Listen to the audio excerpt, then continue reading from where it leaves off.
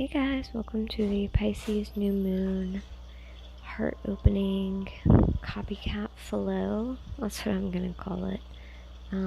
It's really just me kind of show and telling you what I do or what I did to crack open some emotions right before this new moon so that I could really feel like I was leveling up. Here I am starting by grabbing some rocks that were calling to me, or crystals. I ended up with a labradorite heart, a cute little pink and green stone, I'm honestly not even sure what it is, and a brown with black veins, just creek rock that I found. That felt really grounded to me and really protecting. And here I'm just playing with my plants, but basically what this is going to be is like a yoga and breathwork flow. I set my intentions to exhale out loudly and make as much noise as I felt called to make to move this energy. I started here just doing a basic, lean over, stretch, kind of got my shoulders active and involved, and had the backs of my legs, my thighs, my hips all kind of engaged. Just feeling out where in my body was asking for the most attention.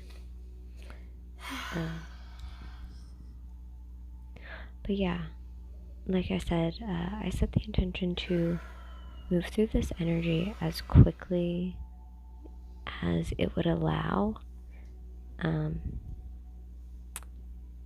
Nobody really likes to be super uncomfy.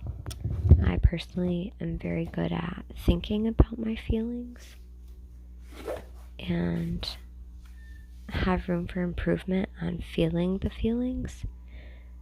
But this day was a good example of me feeling the feelings, and we actually get to watch me have a little moment about it.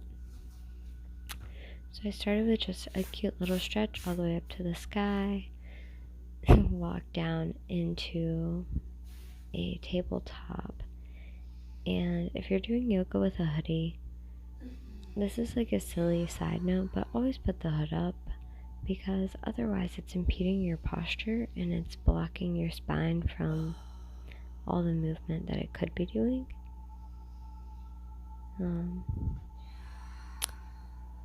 So with any releasing practice, my belief is that you should just flow in your body and do what feels good. If somewhere in your body is asking for attention, give it attention. So for me, I did some cat-cows, some figure eights, got into a nice child's pose, and then started rocking back and forth in that child's pose posture, just to get my hips good and open. They felt really tight, and there was a lot stuck. So I walked my hands aside, got a good side body stretch. Make sure you're breathing out loud. The more energy that you put into breathing out, the more energy that you're breathing out, Meta, but really that simple. Little side body stretch to the other side.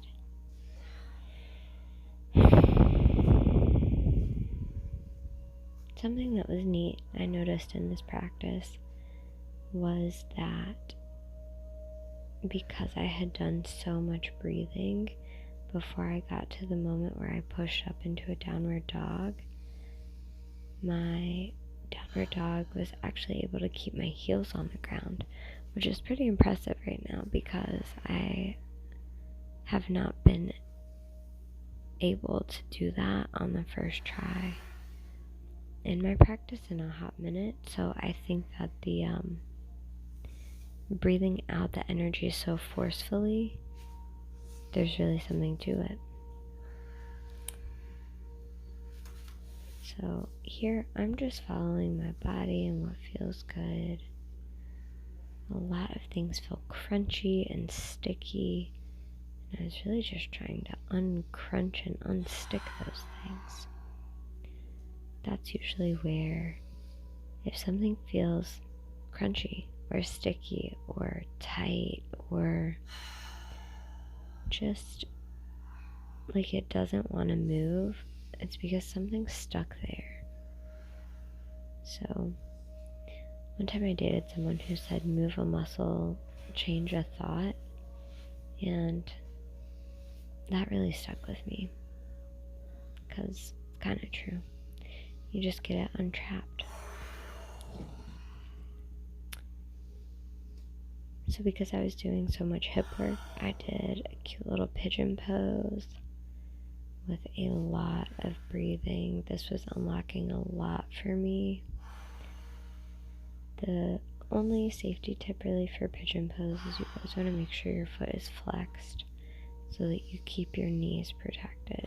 That's really, I have bad knees, so I have a tendency to want to tell people, well, I don't have bad knees, they're good knees, but they're wiggly. Anyways, just follow what feels good in your body. Just keep your foot flexed if you're doing any weird stuff with your leg, if you're bending in the shape of a 4.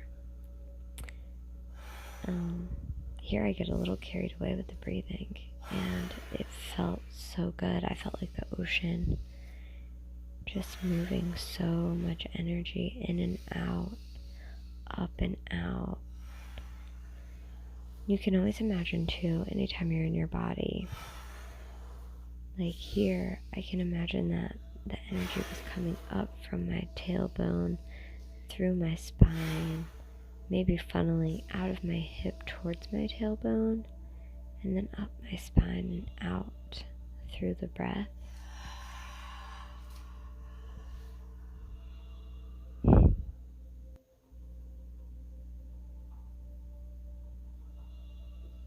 Here we're just taking breaths out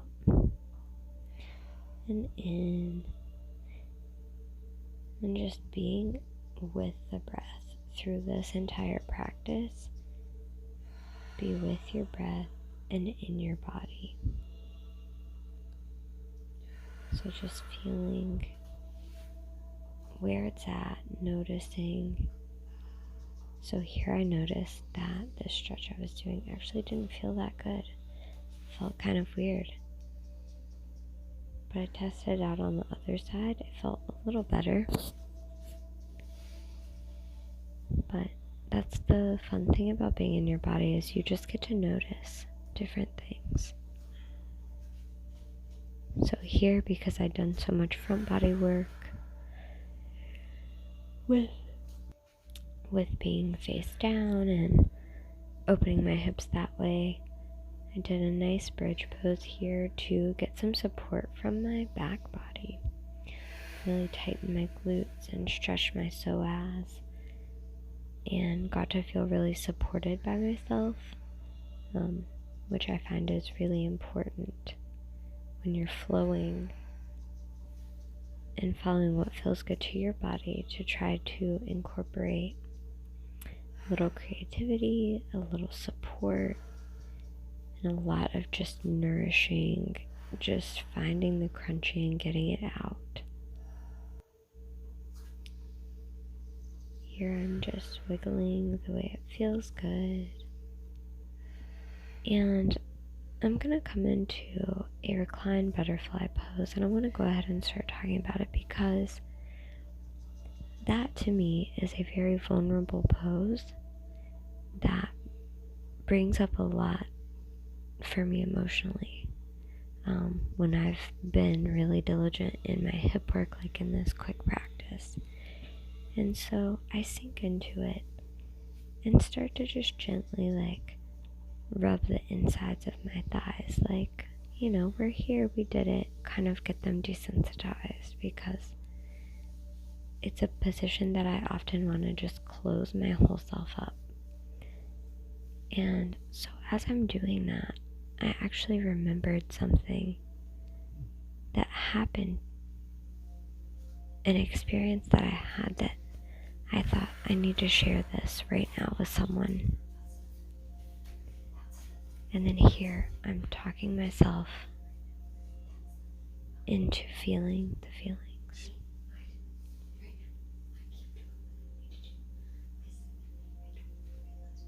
I'm reminding myself that I can do it. And I'm noticing that that's something that I try to avoid. And my inner child is mad. And it only took that long, and now I'm crying.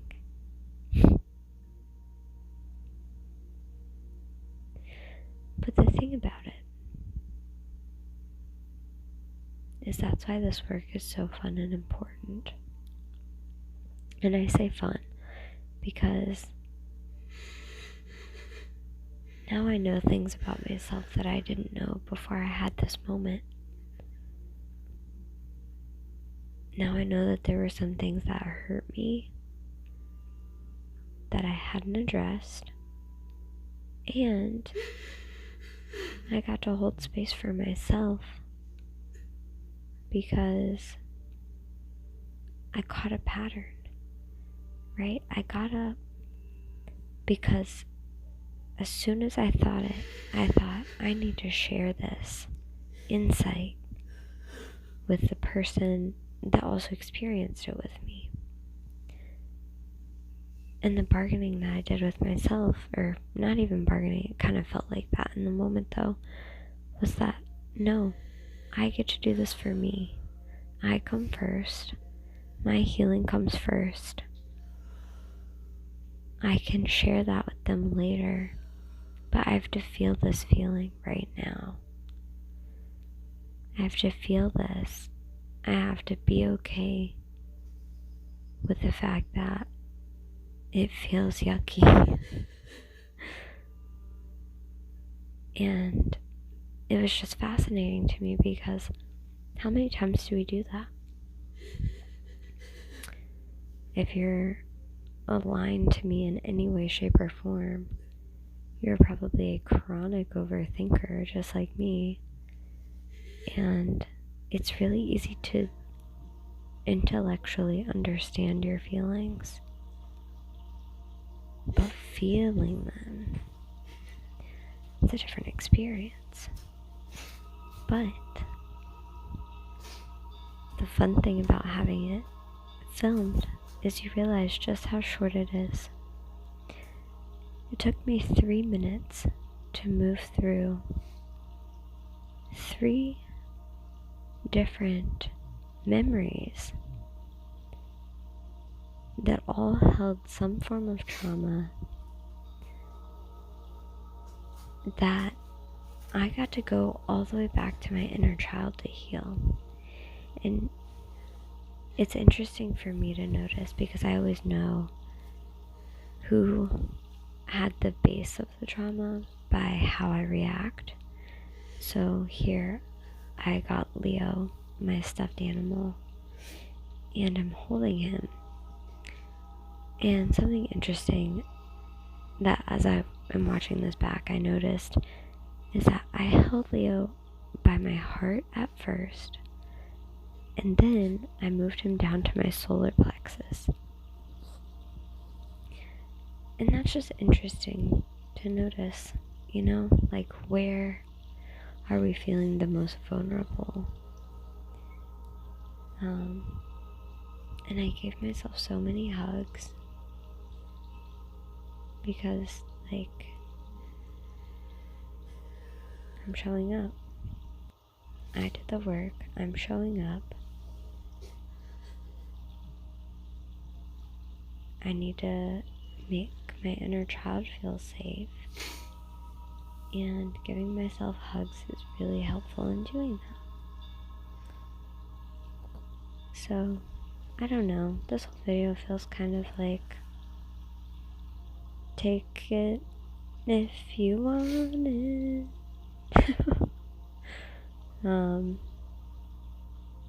This is the third time I've had to record the voiceover. But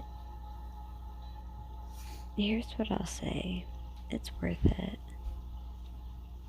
It took me 10 minutes of a really intentionally breathy yoga practice, followed by 3 minutes of actually feeling my feelings. And I'm gonna be honest, after this video, I'm gonna post a part 2 that actually there'll probably just be clips on my TikTok, or maybe I'll post a part 2. I'm not sure. Just make sure you're following me on all platforms just to get the full experience. But in total, this took about an hour. I do want to let you know what I'm doing here. So once I got up, I got water. I turned on the fan and I opened my window. And I actually went and grabbed the Palo Santo and lit that, because any time that you are indoors and you move a lot of energy, you need to open a window. You need to let it out. It has to have somewhere to go. And if it doesn't, it's going to just land right back on you, on your space, on your just everything. So that was the practice. I know that this is ending soon. There will be a part 2 that's like some aftercare.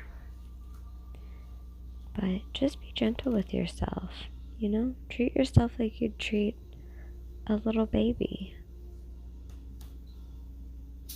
Yeah. Keep going though. I love you. You got this.